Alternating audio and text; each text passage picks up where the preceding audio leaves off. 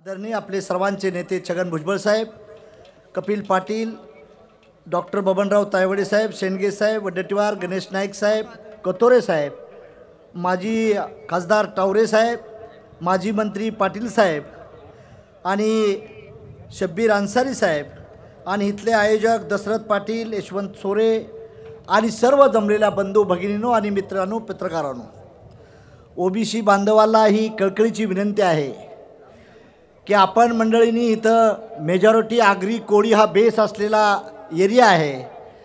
आपण ज्यावेळेस ओबीसीची लढाई लढतो, पक्षीय भूमिका आपल्या बाजूला असतील, पण आपल्या समाजाच्या हक्कावर ज्यावेळेस गदा येते त्यावेळेस आपल्या आया बहिणीसह आपल्या मुलाबाळासह इथं उपस्थित दर्ज करणं गरजेचं असतंय.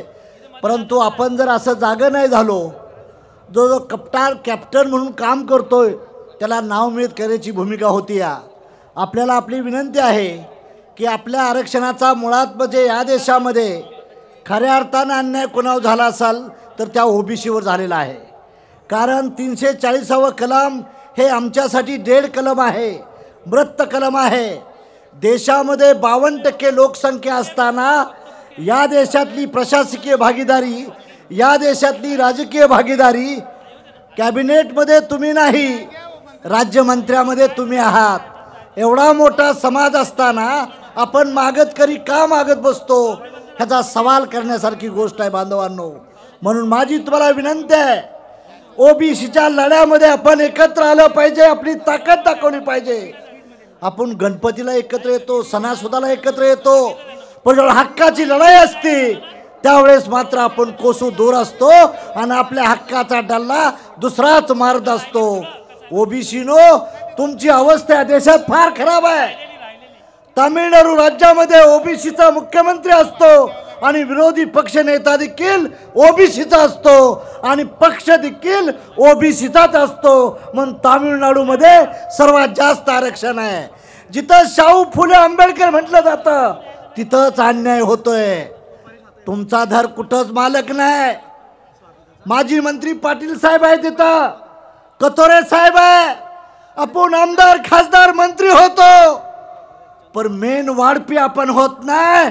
म्हणून ओबीसीची अवस्था ही वाईट आहे. म्हणून ओबीसीनो, तुम्ही तुमचं पात्र कुठलं आहे ते ओळखा. तुमची सत्ता नाही. एखादा मार्केट कमिटीत असतो, पंचायत समितीत असतो, नगरपालिकेत असतो, म्हणजे ती सत्ता नाही. तर डॉक्टर बाबासाहेब आंबेडकरांना सत्ता सांगितली, पार्लमेंटची सत्ता आहे, सुप्रीम सत्ता आहे आणि आज कायदा पार्लमेंटच्या हातात आहे. आमचा मराठा समाजाला विरोध नाही. अरे पण ज्याला मिळालंच नाही त्याच्याच ताटातली तुम्ही भाकरी घ्यायला लागलेला आहे.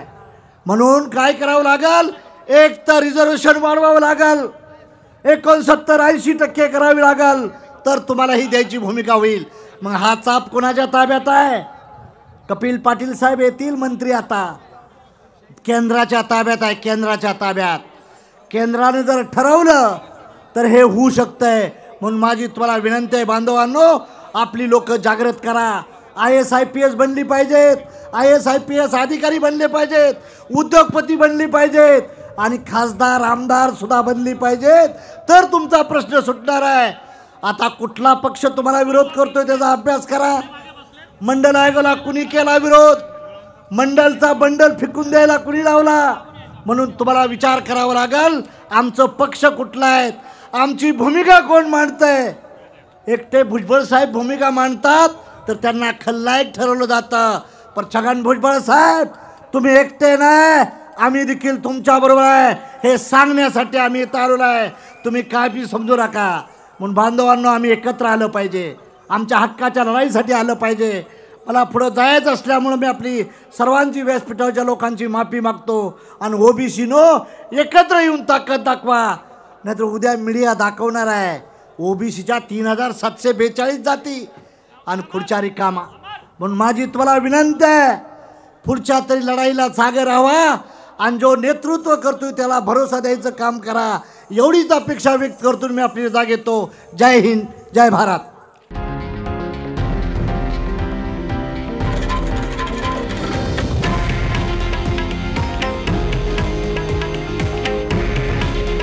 हे आहे देशातील नंबर 1 न्यूज नेटवर्क आणि आपण पाहत आहात TV9 मराठी, काळजी तुमची, हित महाराष्ट्राचं.